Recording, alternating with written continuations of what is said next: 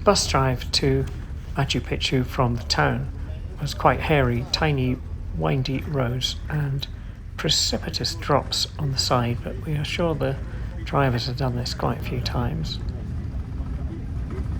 You've got fantastic views though.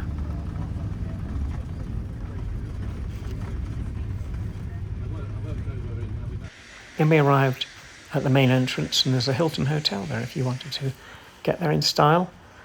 And there are a number of different routes which you can use. Sometimes it's incredibly busy, but we were lucky. We got there early at about 7 a.m. and it wasn't that busy. So you walk through the entrance gate and there you are hit with Machu Picchu, and it's more spectacular than you can ever imagine. And you pinch yourself and think, gosh, I'm actually here. Fantastic scenery, and we were very lucky with the weather. It really is awe-inspiring. So we started off at the terraces where they grew all the crops and walked up to the very top to look down on the whole village.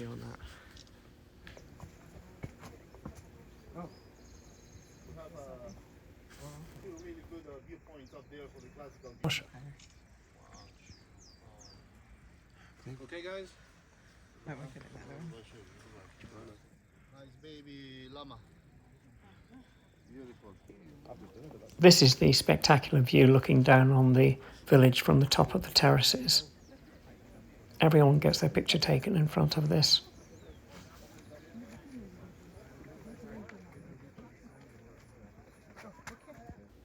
Including me. See, it's part of the subtropical zone of cloud forest. That's why the weather is like this, you know, warm, humid, with an average year-round temperature of 25 degrees Celsius or 75 Fahrenheit. Here, guys. So here we are making our way down towards the village and the ruins. You can see the photographs getting a lot closer. More and more people starting. Apparently when the tourists go, the place is full of chinchillas, and here's one hiding, waiting for us all to go. It's difficult to film as you're walking around because there are lots of people and it's actually quite an uneven surface. So really only pictures of the view while I'm stopped.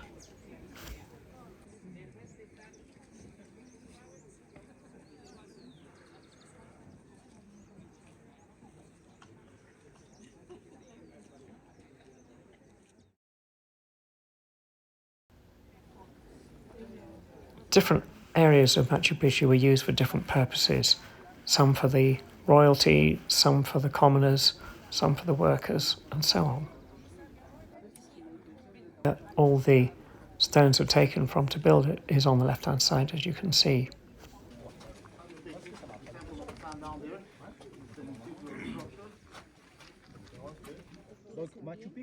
The Sun Observatory and the holes in the semicircular wall lit up certain areas at certain times of the year so they could plan their planting in the terraces, and you can see there that we were up at the very top of earlier. To the Inca trilogy. According to Inca ideology, the world was divided into three. You know, the upper world represented by the conquerors, the messengers of the gods. This world, called Caipacha in Quechua, this world represented by the... You remember I showed you this picture before? The representation of the main god of the Incas. And this oval shape represents the supreme god of the Incas. I'm sure you remember the Quechua long name. It was called Iyat Exehuiracocha Pachayachachik, creator of the world. So this structure was dedicated to him. And when Jaime was here... I started to feel a bit of altitude sickness and feeling dizzy and a bit sick, so I didn't go right up to the top and walked along this bottom bit, which was quite nice, and just had a rest and let it pass.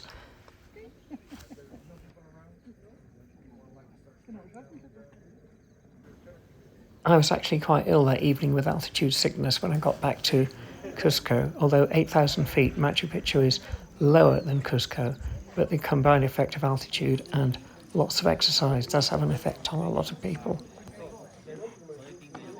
This section here is the condor, and it shows how they built Machu Picchu around the rocks to try and harmonise with nature. Today 31. Because we have And that's the farming terraces, different crops at different heights depending upon the temperature and humidity. Very sophisticated. Did they get helicopter in them? Yeah, we get a helicopter. Oh, And that's it, my last view of rescue. Machu Picchu. After that, we went back to Aguascalientes, which is a small town, basically there to serve the tourist industry.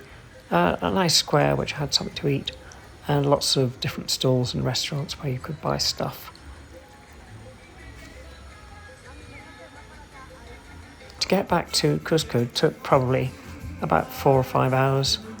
First of all, a train and then a bus. So there is no easy way to get to Machu Picchu, and everything has to come in by train because there are no direct roads.